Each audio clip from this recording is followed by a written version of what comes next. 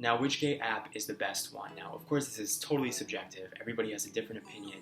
But my opinion is that Grindr is the only gay app worth even using. And here's why. There's a ton of other gay apps, and every year there's new ones coming out. The only ones that I think have really stood the test of time are Hornet, Jacked, and Scruff. And Chappie has kind of developed like a presence or whatever. But what all these apps have tried to do, in my opinion, is basically copy Grindr and give their own twist, but they did like a half-assed job at it. And I actually think it's the exact same thing with Tinder. Like Tinder became this huge app, and then other, I guess, companies and other CEOs and whatever engineers, I guess, were like, oh, we have to use this model and just like give it a twist. And so, you know, there's Bumble and there's Hinge, but there's a reason Tinder is still the big dating app, and there's a reason why Grindr is the biggest gay app with the biggest user base, and that's the only name that even a lot of straight people have heard of in the gay app world.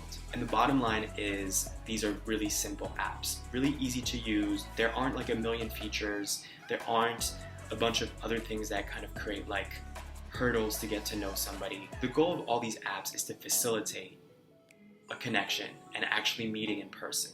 So Grindr having, you know, the GPS grid where it shows you who's around you, that sort of sense of immediacy, whether you're just looking for fun or you actually want to date somebody, is pretty ingenious and innovative to facilitate actually getting to know somebody in real life. And all these other apps, I mean, I used Hornet and Scruff, as some of you know if you've been watching my videos. I used them internationally in countries where Grindr was banned, and I just got annoyed with all of them. I mean, Hornet is trying to turn itself into like a social network at the same time, which I find very weird. Like, you can see how many followers you have on it, and again, I think this distracts from the purpose, which is at the end of the day, people want to meet others. There's so many people on these apps who aren't looking for something serious or who are like discreet. Even if you're not gay, I mean, there's straight people too who aren't really into the whole, you know, dating app thing, but you know, okay, they want to meet somebody, so they hop on, and they're still kind of cautious about what they share.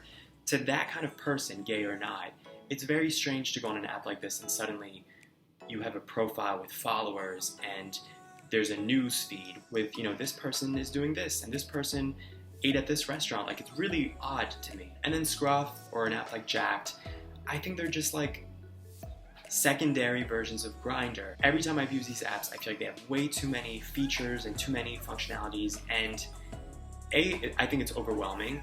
B, as like a type A person, I just find it annoying. Like, it's just obnoxious to have this many different things you can do. And C, I think it adds more chaos to a world that's already difficult to talk to people. It's already, you know, there's already a lot of games that go on these apps. You don't need to have, you know, the whoofs and the taps and the this and the that. I really do believe that pre-taps, Grindr was a perfect app.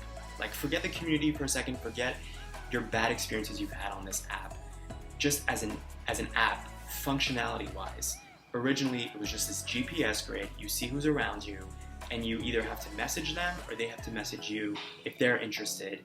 You don't have to match. You don't have to scroll through a bunch of people and match to start a conversation. You're either interested or you're not, and you go from there. And I loved that sort of straight to the point sense of, I guess, immediacy and like cutting out the bullshit that Grindr had. And now I think it's unfortunate that there's all these other things. There's the Explore tab, so then people from like, you know, Japan will message you and you're like, why are you messaging me? We're never going to see each other. And you have people tapping you all day but who are reluctant to start conversations. I'd love to hear your opinions.